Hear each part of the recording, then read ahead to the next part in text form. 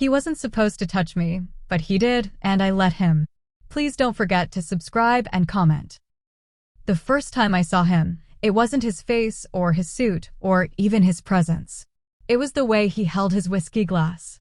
Not like he was drinking it, but like he was weighing it, judging it. I remember glancing down at my own glass of wine and suddenly feeling childish. It was a charity gala, my husband Arthur's favorite kind of night. For me, it was torture. A blur of black ties and fake smiles. And then, there was him. Silas Croft. He wasn't handsome in the clean-cut way Arthur was. No. Silas looked carved out of storms and scars. Dark hair streaked with silver that looked earned, not styled. A jaw that clenched even when still. Eyes, gray like the ocean in winter, so deep they almost looked blue. Arthur noticed me staring. He followed my gaze. "Ah, Silas Croft," he whispered. "Private security. Big money, hush-hush clientele. Lost his wife in a car accident a few years back. Tragic." He said it like a stock update, like numbers on a screen. To me, it sounded like the first line of a story I wanted to live. I didn't mean to approach him.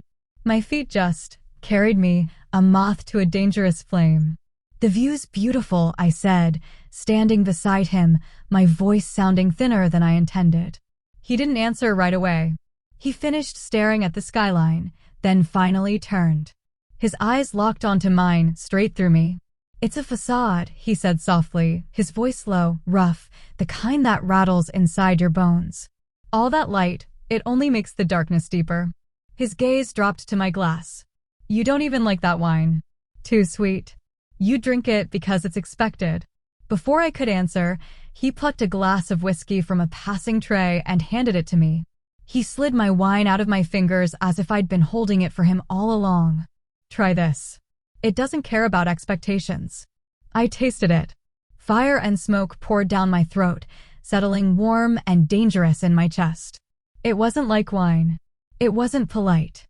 It was him. And that was the moment the lock on my cage snapped open. I didn't know it then, but I was walking straight into a trap. It didn't start that night. It started a week later with an email. No subject. No words. Just an address and a time. A warehouse. I should have deleted it. I should have told Arthur. I should have stayed safe. But a thrill shot through me like electricity. And so I went. Inside was a loft, stark, brutal, expensive. No photos. No clutter. Just dark abstract art swallowing the walls. Silence, the kind that feels heavy, deliberate. And Silas, leaning against a steel counter. Dark jeans. Black sweater. His presence filled the air. "You came," he said. "You knew I would," I whispered. He moved toward me, slow, predatory, confident. Stopped inches away. His scent, clean soap, whiskey, and something untamed wrapped around me. "Why?" he asked. I had excuses. 1,000. My marriage, my loneliness, my boredom. But none of them were the truth. "I don't know," I said. His lips almost curved. Finally. Something honest. He didn't kiss me. He just reached behind my head, pulled the pin from my hair, and let it fall loose across my shoulders. His fingertips grazed my neck, and I shuddered. "All these layers," he murmured near my ear. "All this armor. Let's see what's underneath." That night, he dismantled every wall I had ever built. Not with his hands, not with his lips, but with his eyes. He saw me. And it was terrifying and intoxicating. From then on, his messages came. I lied. I escaped. Yoga class. Shopping. Sick friend. Always, I found my way back to that loft. Arthur never noticed. Silas always did. He was a contradiction. Tender, listening to me with a focus Arthur had never given. But beneath that softness, a controlled violence hummed in his veins. I saw it the night I grabbed his wrist playfully, and in a blink, he had me pinned against the wall. His eyes cold. His voice flat. "Don't do that." I should have been afraid. Instead, I was addicted. The turning point came the night Arthur hosted his company party. Silas was there, invited. He walked in wearing a dark tailored suit, and every man in the room seemed suddenly smaller. And then, his eyes found mine. Across the crowd. That look stripped me bare in public. A promise. A threat. Later, on the balcony, he joined me. "This life suits you," he said, staring at the city lights. "The beautiful wife of the successful man. You play the part well." "It's not a part," I snapped. "Isn't it?" He turned, moonlight cutting his face into stone. "You crave something none of them could imagine." He slipped something into my hand. A black velvet pouch. Inside, a pendant. Dark gray stone, veined with silver, the exact shade of his eyes. Heavy. Cold. It didn't feel like jewelry. It felt like a mark. I wore it that night. Against my skin. A secret between us.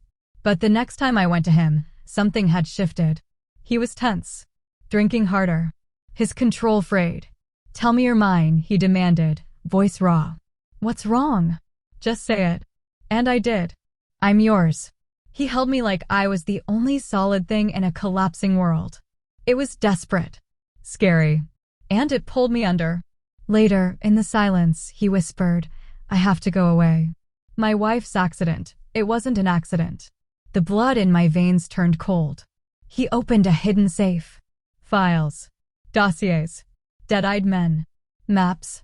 Shipping records. Governments. Corporations. "I make problems disappear," he told me. "And people die for it." The stone around my neck? A tracker. A listening device. My stomach turned. Every private moment, listened to. Every lie I told Arthur recorded. "You bastard," I whispered. "I was trying to protect you," he roared. "The second they saw me look at you, you became leverage. Keeping you close was the only way to keep you alive." And then he kissed me. Not with passion.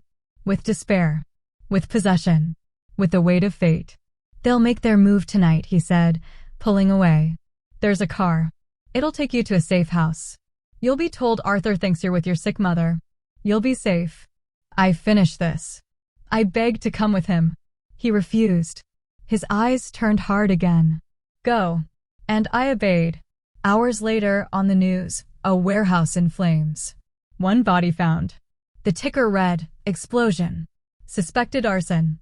I couldn't breathe. Silas was gone. Days at the safe house blurred into weeks.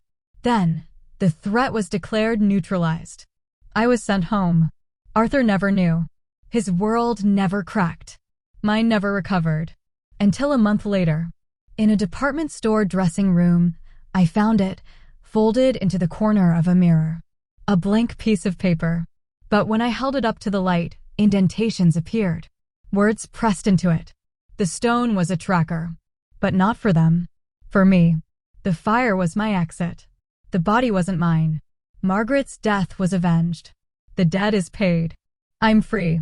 And so are you. The connection was never wrong. The man was. Look up. I looked in the mirror.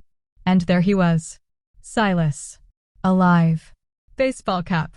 Sunglasses. Watching me. He touched his chest. The pendant in his hand. The stone. Then he walked away, disappearing into the crowd. I froze, my heart slamming against my ribs. He had orchestrated it all: life, death, even my grief.